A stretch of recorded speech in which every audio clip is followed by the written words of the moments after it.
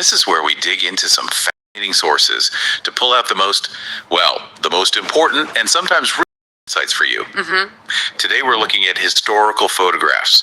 You know, those iconic images you feel like you know inside out. Yeah, the ones everyone recognizes. Exactly.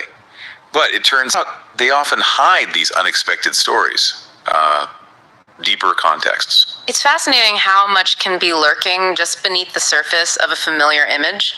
So our mission for this deep dive is to kind of peel back those layers. We want to explore moments that often get overlooked, look into the real challenges of, keeping history safe and getting the full story out there. And finding new ways to connect with it all. Yeah, discover some really engaging ways to connect with the past, because honestly, history is always way more complex and frankly more compelling than it might first seem. Absolutely. To do this, we've got a whole stack of sources articles looking closely at famous photos, collections of really rare historical pictures, some deep talks on archiving history. And pieces on how history gets recorded in the first place, how it gets adapted maybe into movies, and how we all end up consuming it. Right. So let's dive in. It really is striking how these visual narratives become so deeply embedded in our minds. They're almost like a shorthand for whole periods of history. Yeah, like a mental shortcut. Exactly. Right. And what our sources keep showing is that those shortcuts, well, sometimes they're incomplete, or maybe even a bit misleading. It just really hammers home how important it is to be critical, to look beyond that first impression. That's such a key point. We see these pictures everywhere, book covers, documentaries, memes even. They really shape how we understand huge events. So what happens when that popular story isn't quite right? Let's start by unpacking some of the really famous ones and find those hidden truths. And it raises that question, doesn't it? How do these stories around pictures change over time? Why do some misunderstandings stick around? Yeah. It's not just about what the camera caught, but like how it got framed, talked about, and ultimately understood by everyone. Okay, let's jump into a big one. The Napalm Girl photo, Vietnam War, 1972. For so many people, that image just screams, the horror caused by American forces. It became this huge symbol against the war. Yeah, undeniably powerful.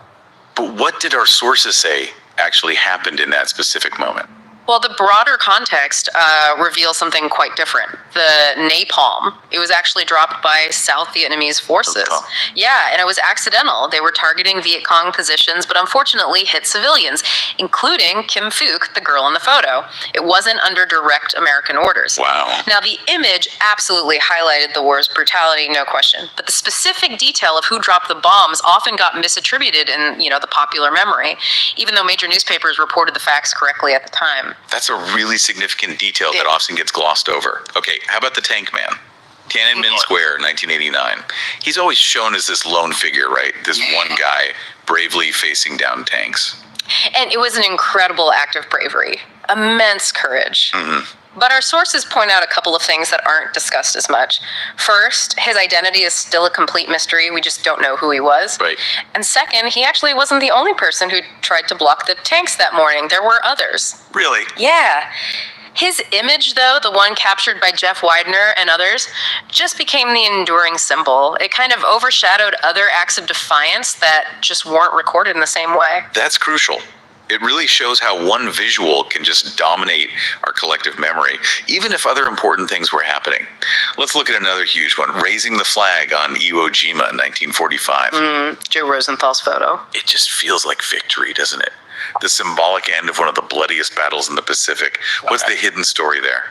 Well, it's definitely an image of American resolve, of triumph. But the sources confirm this was actually the second flag raised on Mount Suribachi that day. Second.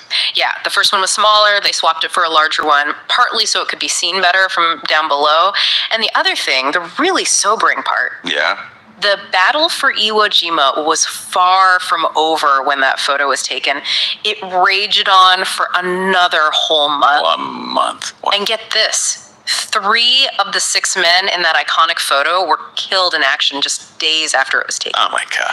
So yeah, it wasn't that final moment of victory it's often made out to be. Much more complex. Yeah, it really does complicate the narrative. Okay, shifting gears a bit, pop culture. Marilyn Monroe. Okay. The white dress, the subway grate from the 7-Year Itch. Yeah. Everyone pictures that happening right there on a New York City street. That's the image burned into our minds, absolutely. But the actual footage shot on location on Lexington Avenue in New York, it was apparently unusable. Unusable. Too much crowd noise, technical issues, that kind of thing. So the iconic scene we all know and love, that was reshot later on a Hollywood soundstage in Los Angeles. Huh. So it wasn't even real New York air blowing the dress up. Nope, studio fans.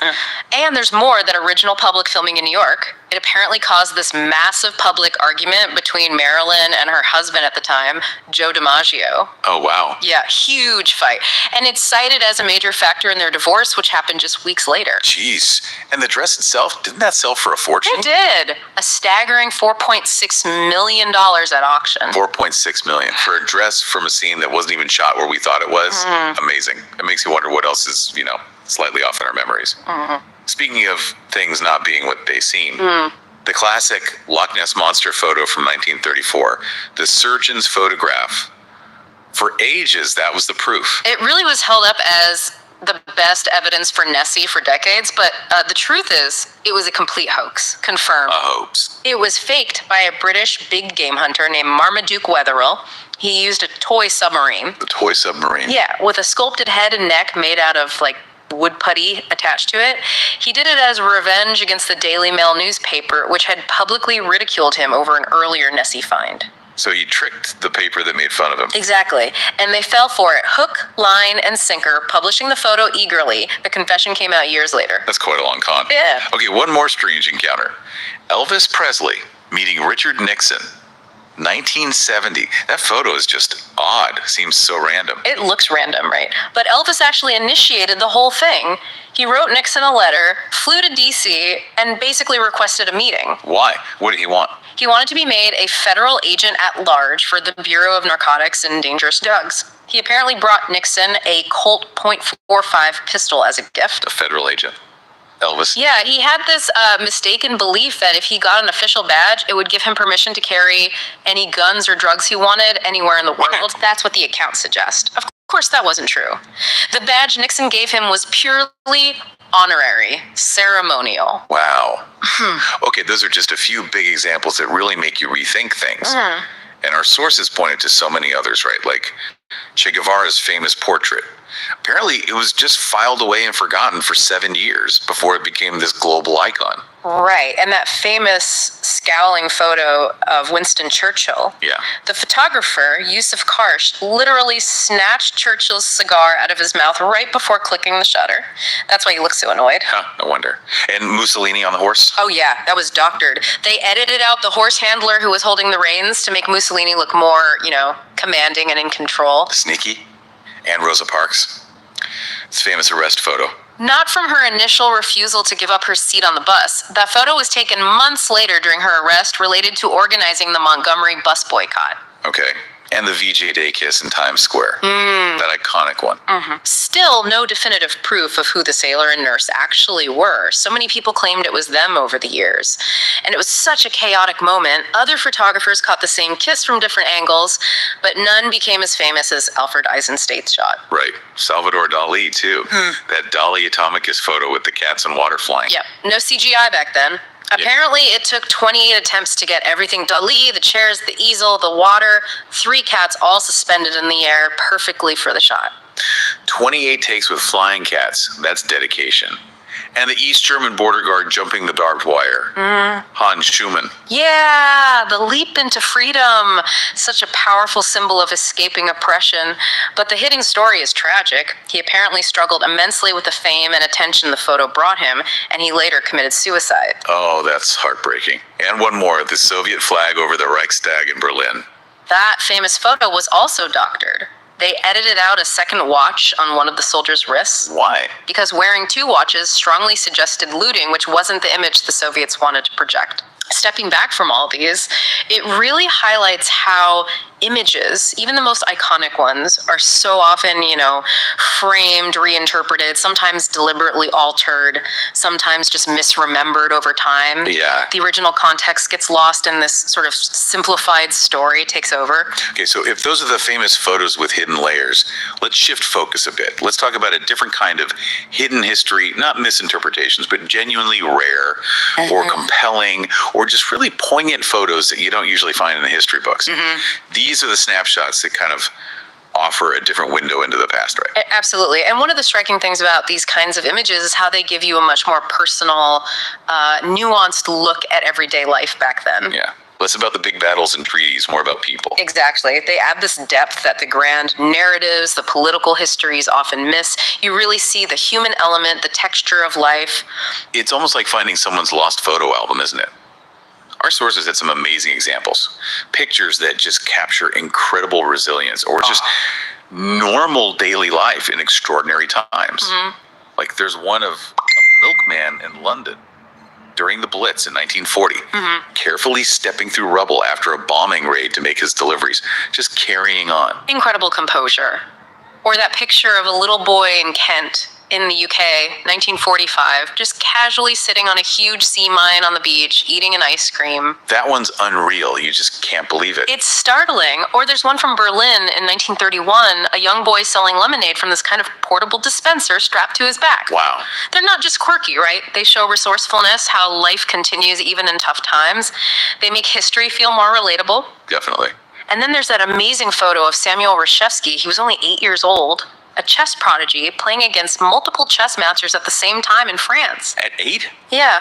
And did you know, in the Soviet Union, from the 50s to the 70s, it was common practice for kindergarten kids to take their naps outdoors, bundled up, even in winter, getting fresh air. There are photos of rows of kids sleeping outside. Sleeping outside. Okay, that's different. Yeah. These photos really ground history in just everyday experience. And some of these rarer photos really challenge our ideas, don't they? Yeah. Show social changes or hidden lives in ways textbooks just can't. For sure. Like photos that have surfaced of male couples, male lovers from the period between 1850 and 1950. Wow, a time when being gay was illegal and deeply taboo. Exactly. These images are such a powerful, quiet testament to lives lived, against the grain in secret often. Yeah. And it brings to mind that photo of August Landmesser. He's the lone man in a huge crowd in Nazi Germany in 1936, refusing to give the Nazi salute while everyone else around him has their arm raised. I think I've seen that one, just standing there, arms crossed. Yeah. An incredible, quiet act of defiance in that context. It speaks volumes about individual conscience. And then there's Elizabeth Eckford, one of the Little Rock Nine in 1957.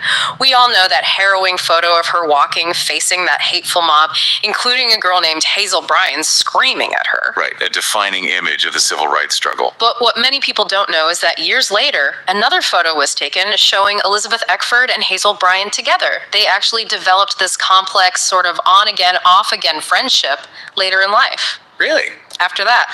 It shows that history and human relationships are rarely simple. There are these long, complicated arcs. That adds such a layer to that original terrible moment. Okay, beyond the really profound stuff, there are also just some wonderfully unexpected kind of quirky moments captured on film. Oh yeah, history had its light moments too, like Alfred Hitchcock having tea with Leo the lion, the MGM mascot. Hitchcock having tea with the lion? Yep, photo from 1958, very dapper.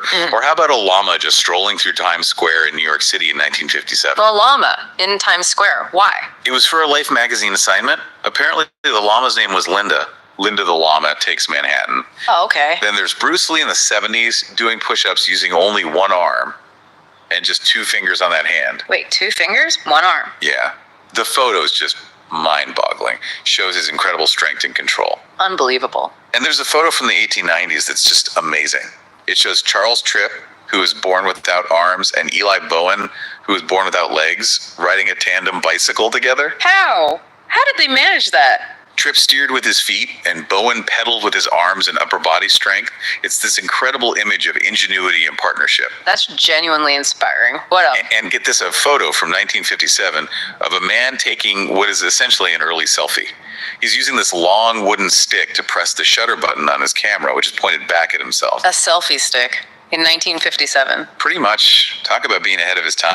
Okay, so we've looked at famous photos with hidden stories and these incredible unseen moments. This all leads to a really important question. How do we even get these images and stories? And maybe more importantly, what are the challenges in making sure they're preserved accurately for the future? Right. And this is where we get into the deliberate act of, documenting history and the real complexities of historical archives. It's clear from our sources that photography right from the start was seen as this crucial tool for science, for legal stuff, for just recording history. It became a primary way to document the world. And I know there are big efforts now in places like Saudi Arabia to really gather and protect their photographic history. Yes, exactly. Our sources mention institutions like the Al Tarath Foundation and the King Fahd National Library there. They've been working hard to create a huge national archive of historical photos. How big are we talking? Tens of thousands of images, documenting early national life, culture, development. The goal is to have this comprehensive, documented visual reference for researchers and the public.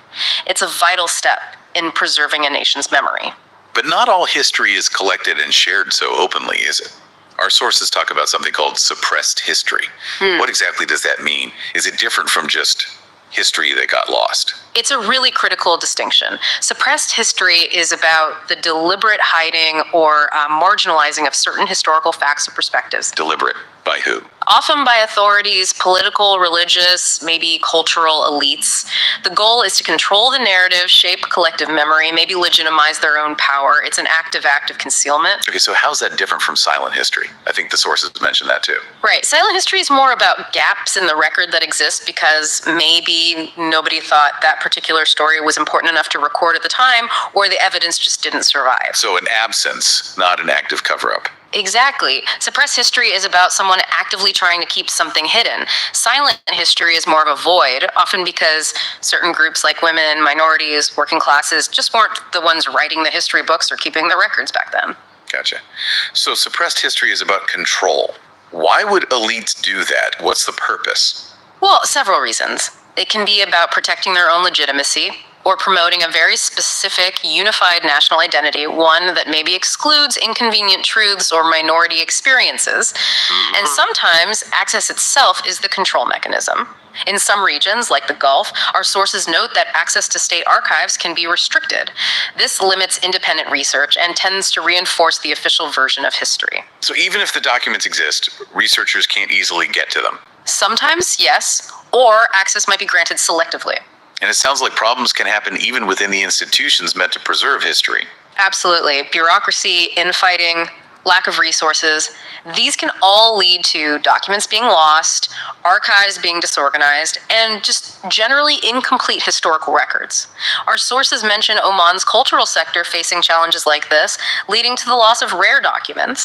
And sometimes historians themselves might tread carefully. They might practice a kind of self-censorship, avoiding sensitive topics because they fear political backlash or social pressure. Even if the documents were there. Yeah. One source mentioned a Kuwaiti historian, Saifif Marzouk al-Shamlan, who chose not to write about certain sensitive political events from 1938 because they were still relatively recent and involved figures who were still around or had prominent families. That makes sense. The pressure could be immense. And it's not just governments or big institutions, right?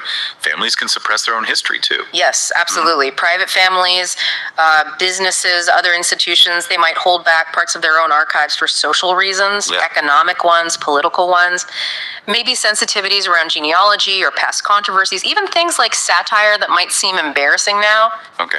It sounds quite challenging. Are there any positive signs, though? Is stuff getting released? There are. Our sources do mention some positive developments. Recent cultural initiatives in places like Saudi Arabia and Kuwait are starting to release previously less accessible archival material. Like what? The King Abdulaziz Foundation publishing full, unedited historical works, or the Kuwaiti Research and Studies Center publishing family documents. These steps help broaden the picture and give researchers more to work with. That's good to hear.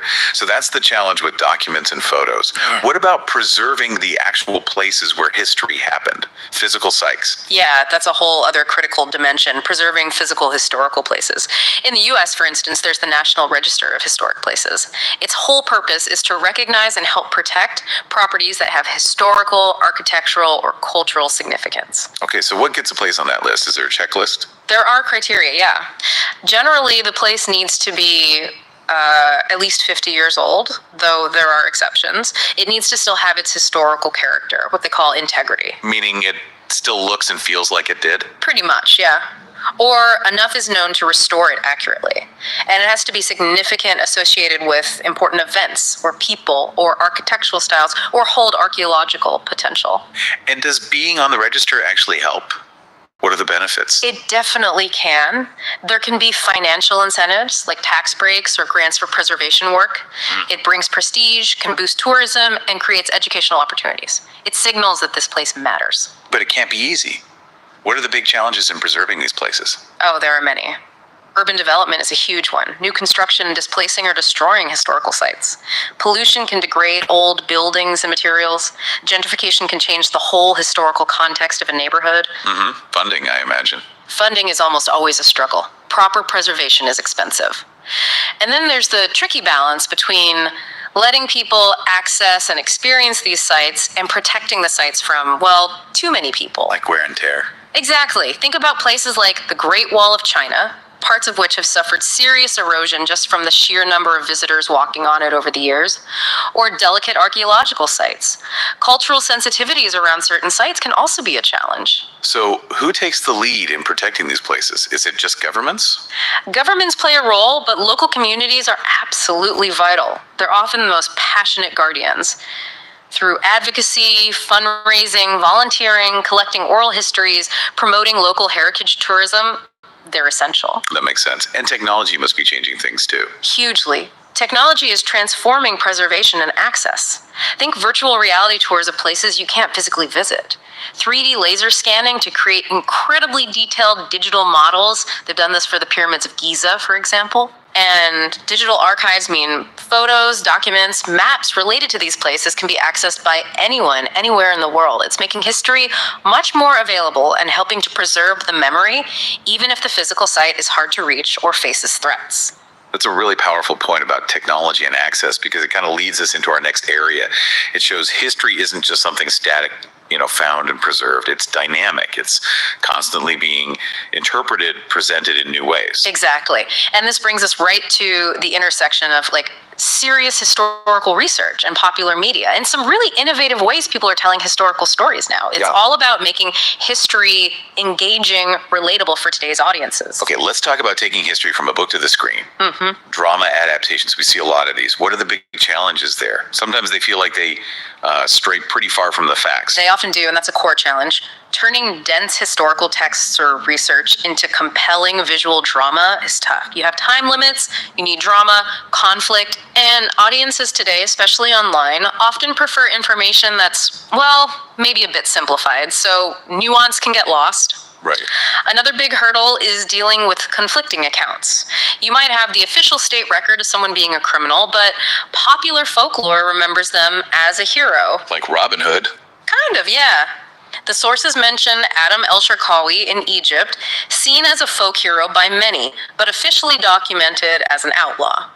A drama has to figure out how to navigate those contradictions. But can those popular stories, the folk hero versions, still be valuable, even if they're not, strictly speaking, historically accurate? Oh, absolutely. Our sources really emphasize this. Popular, even if not academically proven, are important clues that tell you about the public mood, about collective hopes or grievances, how people relate to their past. And good adaptations can actually spark curiosity. People watch the show, then they want to know more. Maybe they go read the original book or look at the actual history. It can strengthen the link between art and historical inquiry. Like that example of the book Memoirs of a Pickpocket. Yeah. Eamon Offman's book, when it was adapted into a TV series, sales of the original book apparently shot up. People got interested. So accuracy is still important, though. How do productions handle that? Do they have fact checkers? Good ones do. Historical reference checkers are crucial. Our sources mention Syrian drama productions, for example, having really strict requirements for script reviews. What kind of things do they check? Everything from, the big historical context of conflicts down to the details of daily life clothes, language, customs, technology of the time. It adds credibility. But then you have social media. Right. And that's a flip side. Social media can spread historical misinformation or just unverified stuff really quickly. So that critical thinking we talked about earlier, still essential, even when watching historical drama. Okay, let's connect this to a really different, innovative way of doing history that our sources brought up. Multidisciplinary history. This sounds intriguing. It's not about timelines or big events in the same way. No, it's a really cool concept. The idea is to make history engaging by focusing your story not on a person or an era, but on a specific thing, often a mundane, everyday object or concept. Like a teapot or salt. Exactly, things like that. And then you explore its history across all kinds of dimensions. Yeah. Cultural, scientific, economic, social, artistic. So instead of just history of World War II, it's like history of the zipper and its impact. Precisely. Or maybe something bigger like the history of a concept like zero. This multidisciplinary approach deliberately avoids that dry, boring textbook feel. Oh. By connecting history to anthropology, economics, physics, medicine, art, you name it, it gives you this amazing, holistic kind of bird's eye view of how one seemingly simple thing has rippled through human civilization in countless ways. Okay, I'm intrigued. Give us some examples from the sources. What kind of objects or concepts are we talking about? Well, they mentioned some fascinating ones. Take the bee. The insect. Yeah, the bee. Its history isn't just biology. The sources explore its role in ancient art, in political thought. Think beehive metaphors for society's social structures, even its appearances in cinema. Wow, okay. Never thought about the bee that way. What else? How about gunpowder? Invented in China, 10th century. Right, for fireworks originally, wasn't it? Initially, yeah. But its adaptation for warfare fundamentally changed the world. It helped bring about the end of feudalism, the decline of castles and armored knights, and contributed to the rise of centralized nation states with powerful infantries. Huge impact. That's massive from one chemical mixture. Okay, more examples. The moon. Think about its deep, deep history in the human imagination. Mm-hmm. Myths, legends. Exactly. Ancient superstitions, especially connections made, often wrongly, to women's health and cycles. Its role in calendars, navigation, and then, of course, the whole modern story of space exploration and actually landing on it. It's a celestial body with a rich cultural history. That's a great one. One more. Chocolate. Now you're talking. Right. Its journey is incredible. Discovered in South America, used by Aztecs and Mayans in rituals. Then it comes to Europe and gets linked with magic, medicine, even sin and addiction. Sin. Chocolate. Oh, yeah. There were debates about whether it was too decadent, too stimulating, and then its connection to love, romance, its industrialization, the economics of cocoa farming. It's this incredibly rich, complex story wrapped up in something we think of as just a sweet treat. Wow. Okay, from the battlefield with gunpowder to the moon to a simple bee and now chocolate. This deep dive has really covered some ground. We've gone through these surprising hidden truths behind famous photos, uncovered some really moving unseen moments, explored the real complexities of how history gets recorded, suppressed, preserved. Okay, the challenges are significant. And looked at these really innovative ways history is still being told and understood today. It really does reinforce that idea, doesn't it? That history isn't just this static collection of facts in a dusty book. It's alive. It's an evolving narrative. Yeah. And it really pays to question, to dig a little deeper, and just appreciate all the diverse, messy, fascinating stories that make up our shared past. There's always more beneath the surface. So maybe the next time you see a famous historical photo, or heck, even pick up an everyday object like, I don't know, a bar of chocolate, take a second. Consider what hidden stories, what forgotten struggles, or surprising connections might be lying just under the surface. And think about what role you might play, even just in your own understanding, in uncovering or appreciating them.